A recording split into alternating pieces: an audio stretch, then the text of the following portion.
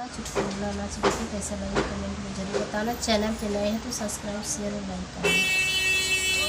सासू जी ने गरियाव मोर बीरनवा, सासू जी ने गरियाव मोर बीरनवा।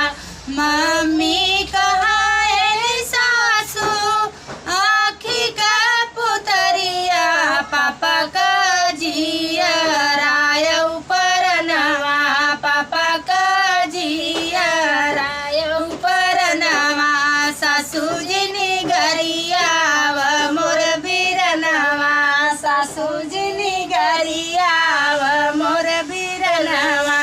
भाभी कहाए सासू सोरहु सिंगरवा, हमरे पीठी कड़कनवा, हमरे पीठी कड़कनवा।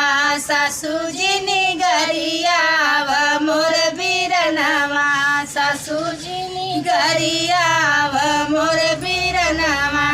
कैसा लगे कमेंट में आप लोग जरूर बताना।